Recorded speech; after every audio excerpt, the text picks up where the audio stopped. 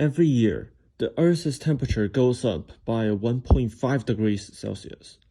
People might think that is nothing, especially for people living in Canada, Iceland, or other countries. However, this could be one of the most vital changes for the humanity in the next 50 years. In 1 year, 1.5 degrees seems like a small amount.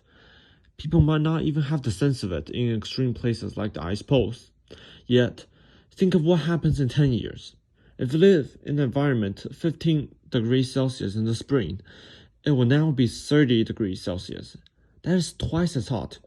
The Arctic will lose around 1,500 billion pounds of ice in 10 years, making the lives of Arctic animals extremely hard. Various animals living at the ice poles have a special cell in their body named the brown cells.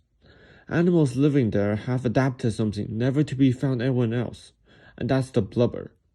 Blubber is basically a layer of fat under the epidermis and dermis, and acts as a thermal insulator, which is used to reduce heat transfer through the body.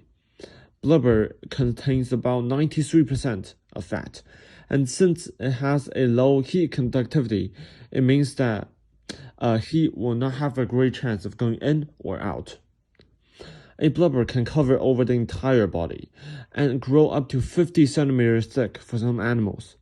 Adaptation existed to keep them warm in these situations and let them live their lives through properly. Now, imagine if in 10 years the North or South poles both increase in temperature by 10%. This could cost the life of millions of animals to die off because of global warming. Now, do humans know about this? Well, of course we do. The United Nations created the IPCC, the Intergovernmental Panel on Climate Change, back in 1988. What popped up in my mind was, if us humans have known about climate change for 35 years, why has it gotten worse? In my mind, it's because of the 195 countries taking part of IPCC. It will be so hard for all the countries to agree on anything. For instance, in 2017, Donald Trump decided to take the US out of the Paris Agreement to make sure the US's economy doesn't get affected by it.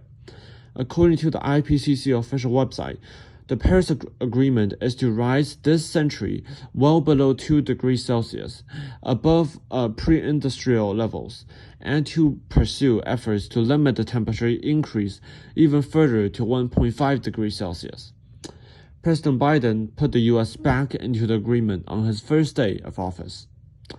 Now we know one of the key reasons to why climate change, if taking so long, was an organization at hand on it. The new question is, what can we do about it?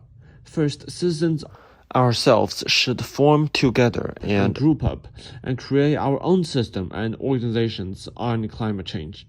In terms of the IPCC, it will take time for the regions and countries to decide on a decision, and we don't have time if they don't act fast. That is the reason why I think people should group up and save our Earth.